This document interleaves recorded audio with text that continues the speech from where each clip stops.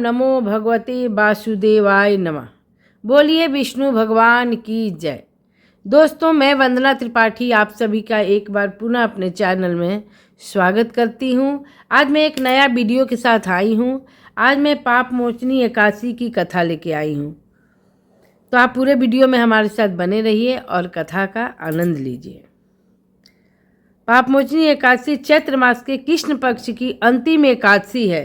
जैसा कि इसके नाम से ही स्पष्ट है, पाप मोचनी एकादशी, अर्थात यह एकादशी समस्त पापों को नाश करने वाली है।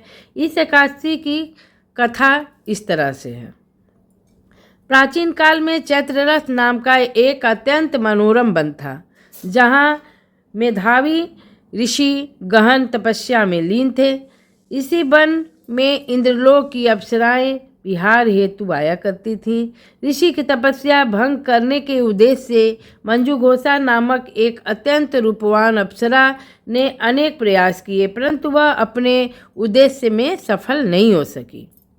कालांतर में मंजुघोषा ने अपनी कामुक भंगिमाओं और मधुर गायन से मेधावी ऋषि को अंततः मोहित ही कर लिया। ऋषि मेधावी उस अप्सरा के प्रेम पास में इस प्रकार बंधे कि वे अपनी संध्या, वंदन, जप और वर्षों की तपस्या सभी को विस्मृत कर बैठे, यानी भूल गए। उन्होंने मंजुघोषा के साथ अनेक वर्षों तक विलासमय जीवन व्यतीत किया। दीर्घ काल व्यतीत हो जाने के पश्चात जब मंजुघोषा ने स्वर्गलोक वापस जाने की अनुमति मांगी, तब मेधावी ऋषि को अपनी त्रुटि का बोध हुआ। उन्होंने इस बात की आत्मग्लानि हुई कि एक अप्सरा के कारण उनकी वर्षों की तपस्या नष्ट हो गई।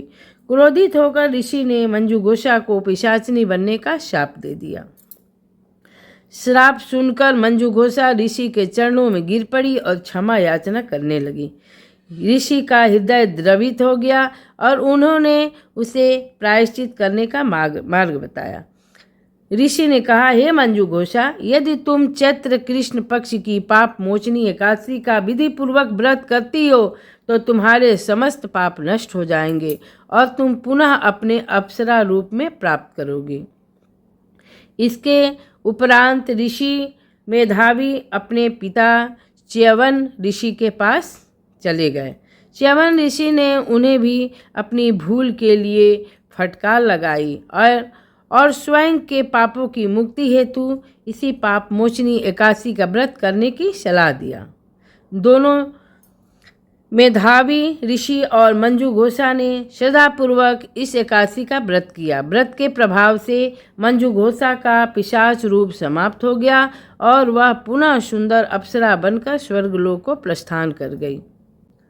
मेधावी ऋषि के भी समस्त पाप नष्ट हो गए और उनकी तपस्या का तेज पुनः लौट आया। यह व्रत जाने अनजाने में किए गए जघन्य पापों के प्रायश्चित के लिए सर्वोत्तम माना जाता है। भगवान विष्णु की आराधना करने से मानसिक शांति और आध्यात्मिक शक्ति का प्राप्ति होती है। इस दिन दान पुण्य करने का फल कई गुना अधिक प्राप्त होता है। तो दोस्तों, आज मैंने आपको पाप मोचनी एकादशी की कथा सुनाई। आपको ये कथा कैसी लगी कमेंट करके ज़रूर लिखिएगा। विष्णु भगवान की जय।